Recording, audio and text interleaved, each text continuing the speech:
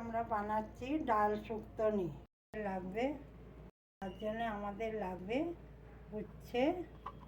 আমি উচ্ছে দিয়েছি, করলাও দিতে পারো।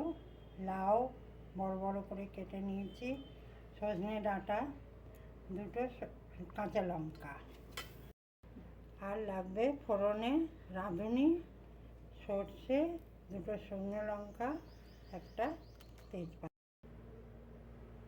কড়াই সর্ষের তেল দিলাম। আগে উচ্ছেটা ভেজে নিলাম।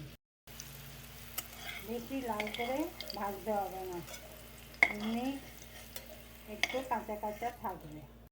এরপর সজনে ডাঁটা ভেজে নেব। সজনে ডাঁটাও ভেজে নিলাম। এবার লাউ দেবো। লাউটাও ভাজা হয়ে গেল, তুলে নিলাম। এরপর গরম তেলে একটা তেজপাতা, দুটো শুকনো লঙ্কা, একটু রাঁধুনি, একটু সর্ষে দেব। এবার আদা বাটাটা একটু ভেজে নিয়ে সেদ্ধ করা ডালটা এবার ঢেলে দেবো। মটর ডাল ভিজিয়ে নিয়ে সেদ্ধ করে ওই ডালটাই এতে দিলাম। অনেকে মুগের ডালে করে, আমি মটর ডালে করলাম।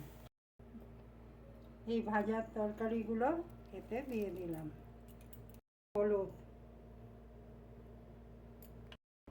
1 চামচে নুন দিলাম। সব সেদ্ধ হয়েছে কিনা চেক করে নেবেন। এরপর রাঁধুনি বাটা, আদাটা চিপে নিয়েছিলাম তার জল, একটু ভালো করে 1 চামচে ঘি দিলাম। ব্যাস, আর ফোটালাম না। ডাল শুক্তনি রেডি।